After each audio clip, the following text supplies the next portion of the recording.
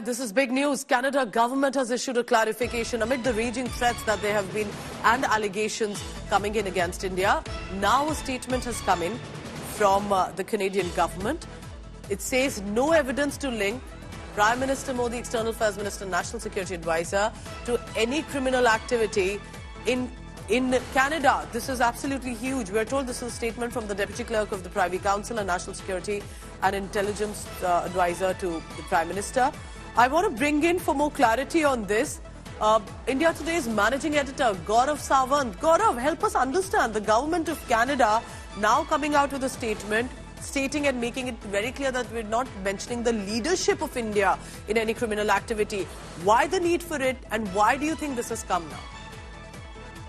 There had been a series of reports, Pooja, extremely speculative and dare I say disgusting reports that had come in from Canada, from a section of their media that seemed to link Prime Minister Narendra Modi saying that he was aware of the conspiracy to kill Nijjar, as was External Affairs Minister Dr. S. Jaishankar and India's National Security Advisor Ajit Doval. These were the kind of reports that were appearing in Canadian media at a time when Prime Minister Narendra Modi was overseas, and India had rejected these claims as absolutely bizarre and speculative and dismissed them with the contempt these reports deserved.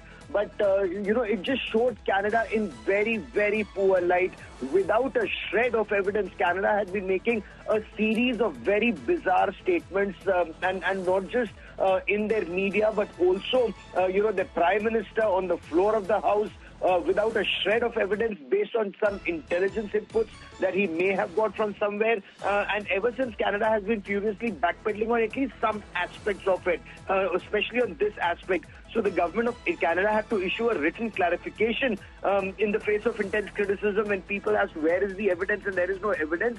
The government of Canada then they issued a statement saying it has neither stated nor is it aware of evidence linking Prime Minister Modi, Minister Jaishankar or NSA Doval to serious criminal activity within Canada. Any suggestion to the contrary is both speculative and inaccurate. So there is some backpedaling by Canada, but this clearly isn't enough because Canada has, again, without evidence or none of that evidence is in public domain so far, linked the Union Home Minister, Amit Shah, and other officials, including those in the research and analysis wing and others, to this so-called Nijjar plot. Now, Nijjar was a terrorist killed in gang war in Canada. There is no evidence to link anyone in India, in Canada, to that incident, and yet Canada continues with that bogey for vote bank politics, Pooja.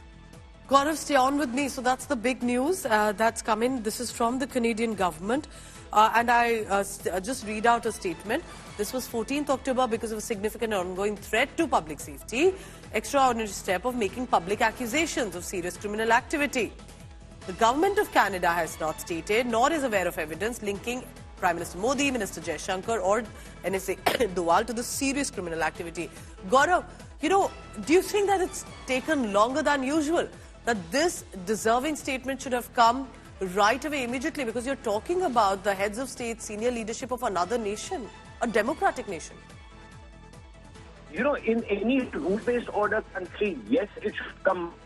In the first place, it shouldn't have come. But being Canada, Justin Trudeau's absolutely painted himself in a corner. He's in the eye of a storm domestically. He's going to face elections in months from now. And on a number of issues,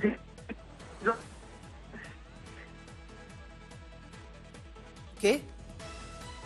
Gaurav, there's a slight audio issue here. We'll just get that connected back with you.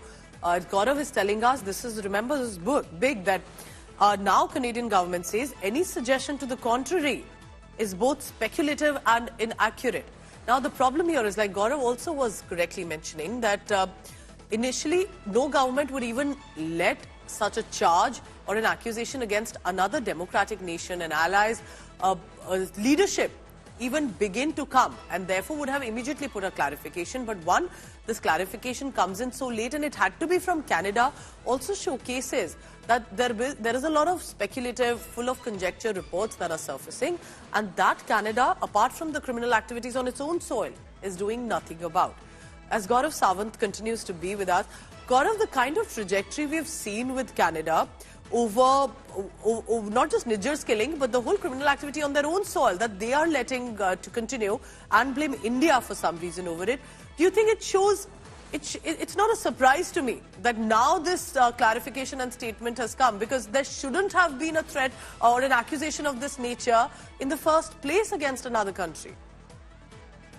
You know, Pooja, you're absolutely right. And especially when India had given a number of dossiers to Canada at multiple levels, at the level of our High Commissioner to their Foreign Office, at the level of India's External Affairs Minister to his counterpart, at the level of then Punjab's Chief Minister, Captain Amrinder Singh, who incidentally was a Congress leader at that time.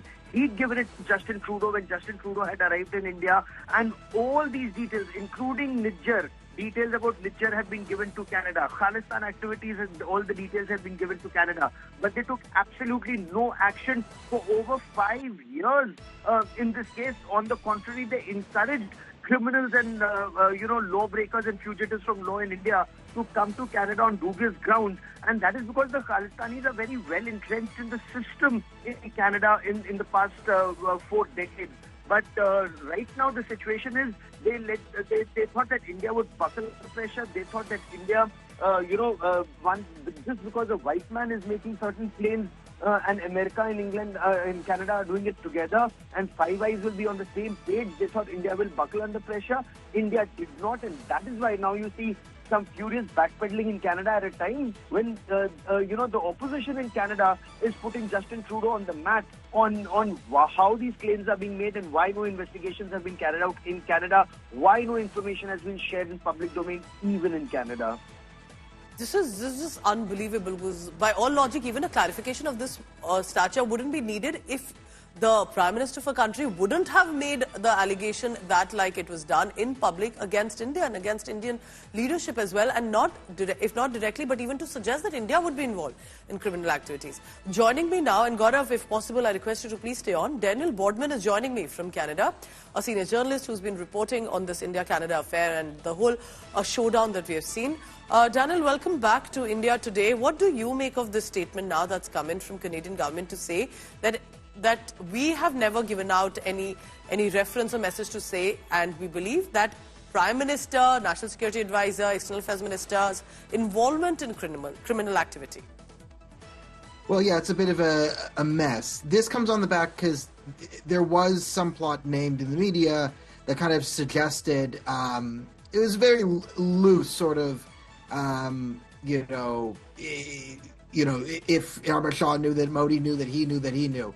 And names are being floated out. So this is the Canadians at least being wise enough to know, okay, we actually don't have any evidence linking the foreign minister and Modi and all this, to come out and kibosh that, because you can really, really, really start problems if you start naming the prime minister and the foreign minister if you want to deal with the country internationally. So this just goes to the absolute sort of hypocrisy and disaster that is the Canadian intelligence establishment.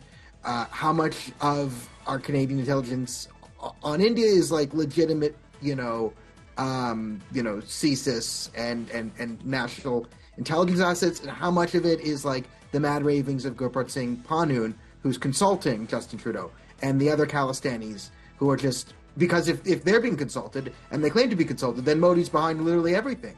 Right? Inflation, grocery prices, random break-ins at your house, bad weather. You listen to these people and Modi's, he's taken over Canada and haunted your dreams and so forth. So it seems that, whatever intelligence that the Canadian government has, some of it is mad ravings of Khalistani lunatics.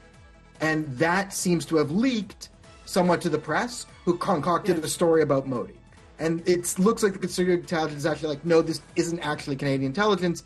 This is sort of tangential stuff. We don't actually have anything on, Modi and Jay Shankar.